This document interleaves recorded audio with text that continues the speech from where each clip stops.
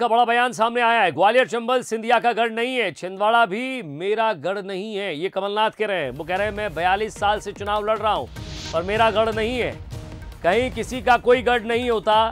संवाद कार्यक्रम में शामिल होने पहुंचे थे कमलनाथ।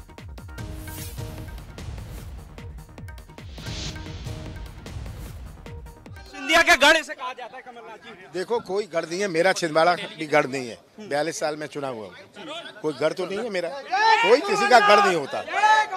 तो ये बड़ी बात उन्होंने कही है कि सिंधिया का गढ़ नहीं है, छिंदवाड़ा मेरा गढ़ नहीं है, कोई किसी का गढ़ नहीं होता। यहाँ पर व्यापारियों से चर्चा कर रहे थे और यहाँ आम सभा को भी संबोधित करेंगे। कैमरामैन करण बारसी के साथ प्रहलाद सेन, बंसल न्यूज ग्वालियर।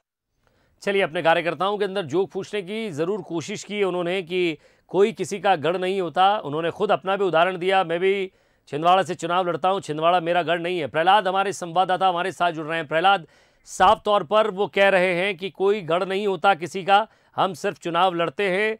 संवाद कार्यक्रम में शामिल होने के लिए पहुंचे थे और इसका साफ संदेश है कि कहीं ना कहीं कार्यकर्ताओं के अंदर एक जोश फूंका जाए और मजबूत किया जाए कि आप चिंता मत करिए, हम आपके साथ हैं।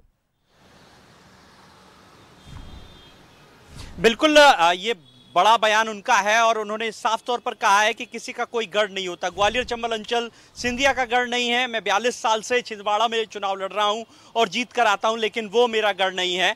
लेकिन यहां पर देखा जाए विजय जी, क्योंकि ग्वालियर चंबल अंचल वो क्षेत्र जहां की बगावत से कमलनाथ की सरकार गिरी, वो बखूबी जानते हैं कि सिंधिया के गढ़ में किस तरह से सेंधमारी करनी है और जो कार्यकर्ता हैं उनका मनोबल किस तरह से बढ़ाना है। तो यहाँ पर हुंकार भरी है और जहाँ पर वो प्रबुद्धजनों और व्यापारी जनों से बातचीत कर रहे थे, वो सिंधिया का बाढ़ है। इसी बाढ़ में सिंधिया रहते हैं और वहीं पर वो जिस तरह से जोशो खरोश से लगातार सरकार पर हमले बोल रहे थे और तमाम वो उपलब्धियां गिना रहे थे जो उनके 15 साल के कार्यकाल की है। तो इससे स्पष्ट है कि जो नगरीय निकाय चुनाव का जो रण है उसे जीतने के लिए कमलनाथ एड़ी चोटी का जोर लगा रहे हैं और जो ग्वालियर चंबल अंचल जिसे सिंधिया का गढ़ कहा जाता है उसे भेदने का भी उन्होंने कोई एक्शन प्लान बनाया है।